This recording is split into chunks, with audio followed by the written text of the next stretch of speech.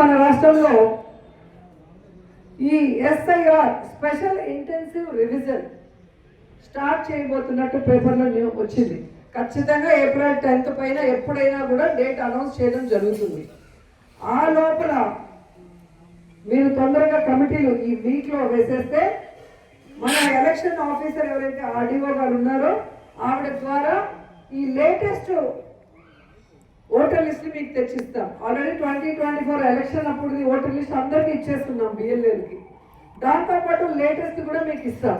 ఇచ్చినప్పుడు మీ booth level పరిధిలో మీతో పాటు మీరు వేసుకున్న ఈ టాస్క్ ఫోర్స్ కమిటీతో కలిసి ఒకసారి వెరిఫై చేసేసుకోండి.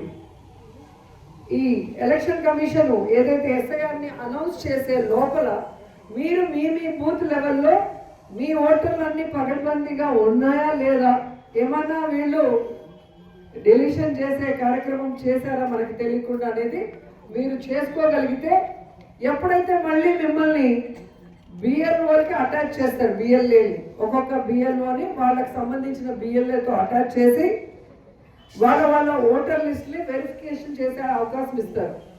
ఆ రోజు మీరు కనుక కరెక్ట్గా అంతకు ముందే ఒకసారి ఫీల్డ్లోకి వెళ్ళి చూసుకోగలిగితే ఏదైనా డిలీషన్ అయితే ఎందుకు డిలీషన్ చేశారు, ఏ కారణం చేత మీరు డిలీషన్ చేశారు, దీనికి ఏ ప్రూఫ్ పెట్టారు అని ప్రూఫ్ చూపించమనాలి. మన ఓటర్స్ మన సింపథైజర్స్ని ఎవరినైనా తీసేసి ఉంటే గట్టిగా నిలదీసి అవి అడగాలి. అలా ప్రూఫ్ లేకుండా బిఎల్ఓ కనుక డిలీషన్ చేసుంటే ఆర్డీఓ గారితో ఫైట్ చేసి మళ్ళీ దాన్ని మనం అప్లోడ్ చేయించుకోవాల్సిన బాధ్యత ఉంది. అలా కాకుండా ఆర్డీఓ కూడా వినకపోతే ఇలా ఎక్కడెక్కడ ఏ బూత్ లెవెల్లో జరిగాయో అవన్నీ కలిపి కలెక్టర్ లెవెల్ దగ్గరికి మేము వస్తాం. మనం అందరం కలిసి వెళ్ళి మాది జెన్యూన్ ఓట్ని వీళ్ళు దొంగదారిని తీశారు, దీనికి ప్రూఫ్ లేకుండా తీశారు, ఇది యాడ్ చేయాలని మనం అక్కడ వేయించుకుంటాం. అది లేదు అంటే ఎలక్షన్ కమిషన్ చేస్తాం. మన ఓటు ఎక్కడ మిస్ కాకుండా చూసుకోవాల్సిన బాధ్యత మీ అందరి మీద కూడా ఉంది.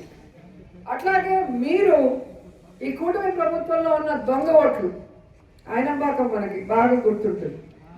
ఆడ 10 మంది కూడా ఊర్లో ఉండరు, కానీ ఎలక్షన్ రోజు అందరూ వస్తారు. ఏడు నుంచి వాళ్ళకి ఓట్లు ఉన్నాయో మనకు తెలియదు. అలాంటి దొంగ ఓట్లున్న గ్రామాల్ని మనం ఐడెంటిఫై చేసి ఈ యొక్క వెరిఫికేషన్లో మనం గట్టిగా కూర్చొని వాటిని తీయించేస్తే మనకి సగం దరిద్రం వదిలిపోతుంది.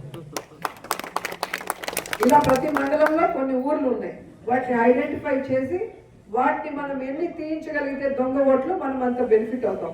సో వీళ్ళు ఈ ఊర్లో లేరు, వీళ్ళు ఫలానా తిరుపతిలో ఉన్నారు, లేదా ఫలానా బెంగళూరులో ఉన్నారు, ఫలానా బాంబేలో ఉన్నారని చెప్పి మనమే మన మొబైల్లో కానీ మన కంప్యూటర్లో కానీ వాటిని అప్లోడ్ చేసి డిలీట్ చేసేయచ్చు. కన్ఫామ్గా మీకు తెలిస్తే ఊరికే డిలీట్ చేస్తే దానికి మళ్ళీ పనిష్మెంట్ ఉంటుంది, దాని చోలికి పోవద్దండి.